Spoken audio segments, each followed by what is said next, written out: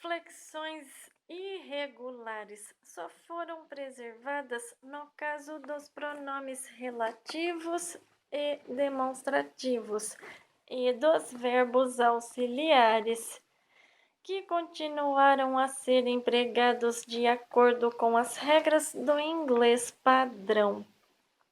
Preservaram-se também certas irregularidades na formação de palavras, com o intuito único de facilitar e agilizar a pronúncia. Qualquer palavra cuja pronúncia fosse difícil ou cuja sonoridade desse margem a confusões era mal vista. Assim, ocasionalmente, em benefício da eufonia, acrescentaram-se letras às palavras ou preservaram-se formações arcaicas. Contudo, é no tocante às palavras incluídas no vocabulário B que essa característica adquire especial relevo. Mais adiante, o leitor compreenderá o porquê de tal preocupação com a pronúncia. Vocabulário B. Esta categoria abrangia palavras deliberadamente criadas com propósitos políticos. Palavras que não apenas tinham implicações políticas, como tensionavam impor uma disposição mental desejável nas pessoas que as usavam. Sem uma real compreensão dos princípios do Socin, era difícil empregar tais palavras corretamente. Em alguns casos, era possível traduzi-las para a velha fala ou mesmo para palavras do vocabulário A. Porém, isso em geral exigia longas paráfrases e sempre resultava na perda de certas nuances de sentido.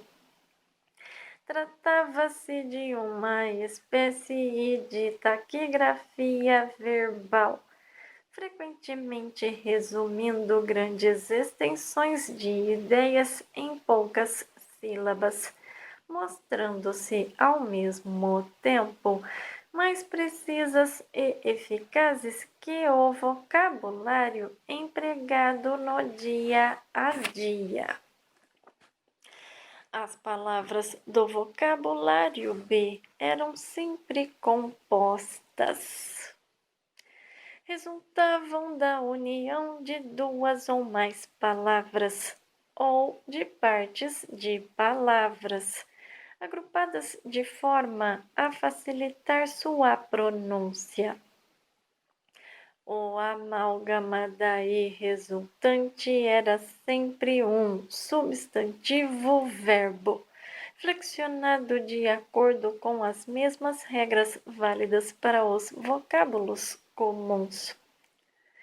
Para dar um exemplo, a palavra bom pensar, que muito grosseiramente poderia ser traduzida por ortodoxia, ou na função de verbo, pensar de maneira ortodoxa. O vocábulo era flexionado da seguinte maneira: substantivo, verbo, bene pensar, particípio, bene pensado, gerúndio, bene pensando, adjetivo, bene pensivo, advérbio, bene pensadamente, substantivo de verbal, bene pensador. A composição dessas palavras não obedecia a nenhum plano etimológico. Elas podiam ser formadas a partir de quaisquer unidades do discurso e podiam ser colocadas em qualquer ponto da oração e estavam sujeitas a toda e qualquer mutilação que, deixando clara sua derivação, contribuísse para facilitar a pronúncia. Por exemplo, se por um lado o termo pensar formava a segunda parte do vocábulo crime pensar, por outro, era o elemento inicial de pensa polícia, polícia do pensamento, em que também havia perdido a letra R. Devido à maior dificuldade de preservar a eufonia, as formações irregulares eram mais comuns no vocabulário B do que no A. Por exemplo, os termos mini-ver, mini-paz e mini-amor eram adjetivados como mini-vero, mini-manso e mini-terno, pois essas formas eram menos esquisitas e tinham uma pronúncia mais simples do que mini verdadoso, mini pazoso e mini amoroso. Em princípio, porém, todas as palavras do vocabulário B podiam ser flexionadas e todas eram flexionadas da mesma maneira. Algumas das palavras incluídas no vocabulário B possuíam significados extremamente sutis, quase ininteligíveis para os que não dominavam o idioma de todo. Veja-se, por exemplo, uma frase típica de um editorial do Times, como pensocrépitos desventrezentem o sócim. A tradução mais sucinta disso em velha fala seria: aqueles cujas ideias se formaram antes da Revolução não têm como alcançar uma compreensão sensível dos princípios do socialismo inglês. Porém, não se trata de uma tradução correta.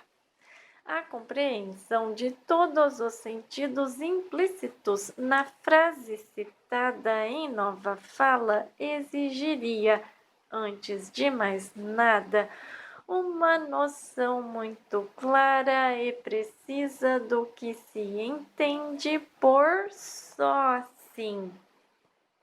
Além disso, apenas uma pessoa imersa no universo ideológico do sócim seria capaz de perceber toda a força da palavra ventre sentir, que implicava uma aceitação cega e entusiástica, difícil de ser imaginada hoje em dia, ou do termo pensocrépito, que estava inextricavelmente vinculado à ideia de perversidade e decadência.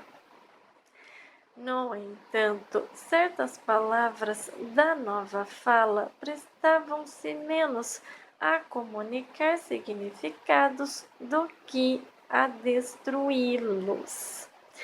Os significados dessas palavras obrigatoriamente pouco numerosas. Haviam sido ampliados até que elas pudessem conter em si mesmas exércitos inteiros de vocábulos que, estando devidamente representados por um único termo, podiam ser então eliminados e esquecidos.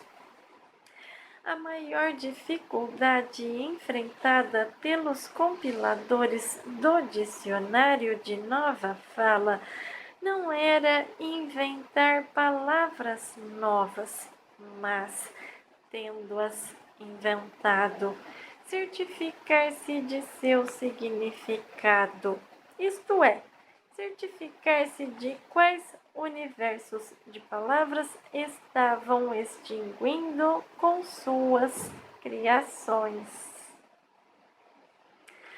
Às vezes, como já foi observado no caso da palavra livre, preservavam-se por uma questão de conveniência vocábulos que, a certa altura, haviam tido significados hereges.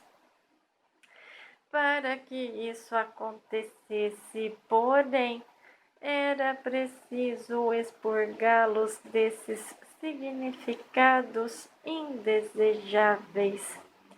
Inúmeras palavras como honra, justiça, moralidade, internacionalismo, democracia, ciência e religião haviam simplesmente deixado de existir, passando a ser englobadas por alguns poucos vocábulos que, no ato mesmo de englobá-las, provocavam sua obliteração. Todas as palavras cujo sentido girava em torno dos conceitos de liberdade e igualdade, por exemplo, estavam contidas na palavra crime pensar. Teria sido perigoso lidar com sentidos mais precisos. O que se exigia de um membro do partido era uma visão similar àquela do hebreu antigo que, embora não soubesse muito mais que isso, sabia com certeza que, fora a sua, todas as outras nações adoravam deuses falsos. Era-lhe desnecessário saber que esses deuses se chamavam Baal, Osíris, Moloque, Astarote e que tais. Com toda a probabilidade, quanto menos soubesse a respeito deles, mais convicta seria sua ortodoxia. Ele conhecia Jeová e os mandamentos de Jeová. Sabia, portanto, que todos os deuses que atendiam por outros nomes ou que possuíam outros atributos eram falsos. De maneira semelhante, o membro do partido sabia o que constituía uma conduta correta e, em termos extremamente vagos e gerais, sabia que tipos de desvios em relação a ela eram possíveis. Toda a sua vida sexual, por exemplo, era regulada por duas palavras: sexo-crime, imoralidade sexual, e benessexo, castidade. Sexo-crime englobava toda e qualquer forma de transgressão sexual, incluindo fornicação, adultério, homossexualidade e outras perversões. entre as quais se contavam também as relações sexuais normais que um casal tivesse apenas por prazer. Não havia necessidade de enumerar cada um desses delitos, vistos serem todos igualmente reprováveis e, em princípio, passíveis de punição com a morte. No vocabulário C, composto de palavras científicas e técnicas, talvez fosse necessário atribuir nomes especializados a certas aberrações sexuais. Porém, o cidadão comum não tinha necessidade delas.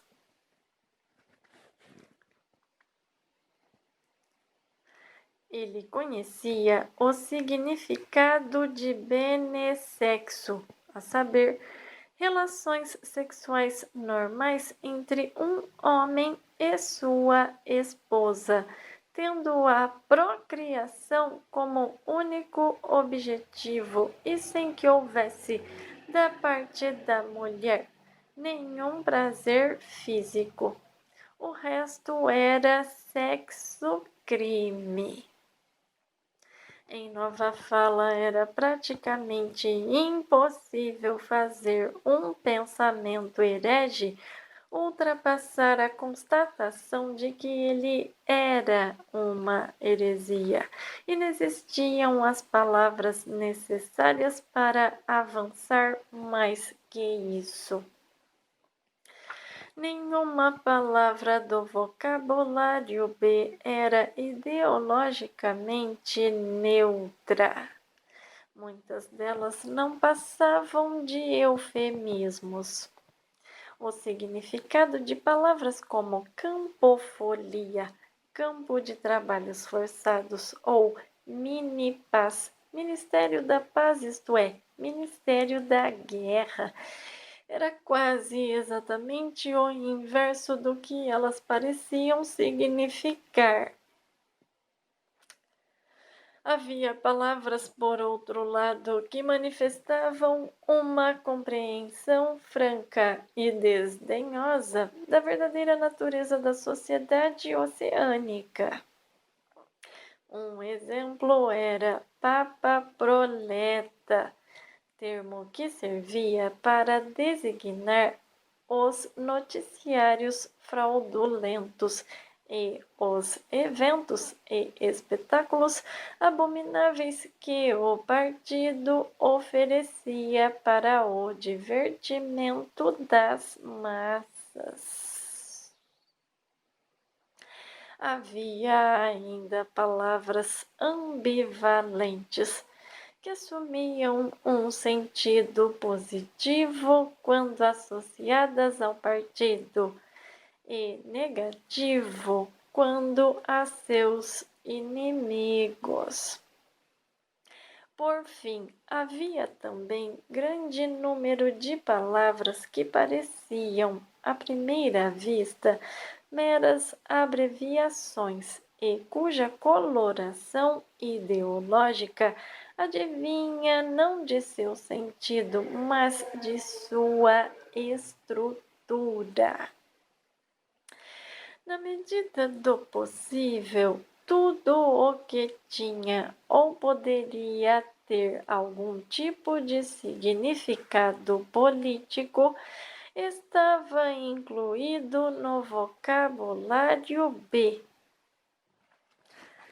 Todos os nomes de organizações, grupos de pessoas, doutrinas, países, instituições ou edifícios públicos eram encurtados da maneira habitual, isto é, abreviados de modo a formar uma só palavra de pronúncia fácil e com o menor número de sílabas capaz de preservar sua derivação original.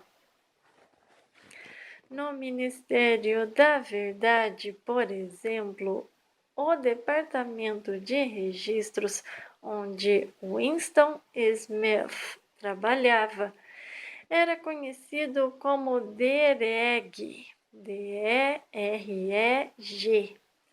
O Departamento de Ficção era conhecido como DEFIC, D-E-F-I-C. O Departamento de Teleprogramas como DETEL, D-E-T-E-L. E assim por diante. O objetivo disso não era apenas poupar tempo. O emprego de palavras e frases telescópicas tornou-se um traço característico da linguagem política já nas primeiras décadas do século XX. E a tendência a usar abreviações como essas eram particularmente pronunciada em países e organizações de caráter totalitário. Alguns exemplos são os termos nazi, Gestapo, Comintern, Imprecor, Agitprop. No início era uma prática quase espontânea, porém, em nova fala, ela possuía um propósito consciente. Observou-se que tais abreviações estreitavam e modificavam sutilmente o sentido das palavras originais, eliminando a maior parte das associações que de outra forma se manteriam vinculadas a elas. As palavras internacional comunista, por exemplo, evocavam uma imagem em que se misturavam a fraternidade universal, as bandeiras vermelhas, as barricadas, a figura de Karl Marx e a Comuna de Paris. O termo Comintern, por sua vez, transmite apenas a ideia de uma organização unida e fechada, dotada de um corpo doutrinário bem definido. Refere-se a algo quase tão facilmente reconhecível e de finalidade quase tão limitada quanto uma cadeira ou uma mesa. Se Comintern é uma palavra que a pessoa pode pronunciar de forma quase automática, a expressão internacional comunista exige um mínimo de reflexão. Da mesma forma, as associações suscitadas por uma palavra como Miniver são menos numerosas e mais controláveis que as despertadas por Ministério da Verdade. Era isso que estava por trás não somente do costume de abreviar as palavras sempre que possível, como também do zelo quase excessivo em dar a elas uma pronúncia fácil. Em nova fala, excluída a preocupação com a exatidão de sentido, a eufonia sobrepujava todas as outras considerações. Sempre que parecia necessário, a regularidade gramatical era sacrificada em seu favor. E com razão, pois o que mais se fazia necessário, acima de todos os desígnios políticos, eram palavras concisas e de sentido inequívoco, que pudessem ser pronunciadas com rapidez e que provocassem um mínimo de ecos na mente do falante. As palavras do vocabulário B chegavam mesmo a extrair força do fato de possuírem, na maioria, características muito semelhantes. Muitas delas eram dissílabos ou trissílabos, com acentos tônicos distribuídos de maneira homogênea entre a primeira e a última sílaba. Seu emprego favorecia as falas verborrágicas, com uma sonoridade a um só tempo espasmódica e monótona. E era exatamente isso que se pretendia. A intenção era transformar a fala, sobretudo quando o assunto não fosse ideologicamente neutro, em algo tão independente quanto possível da consciência. No âmbito da vida cotidiana, era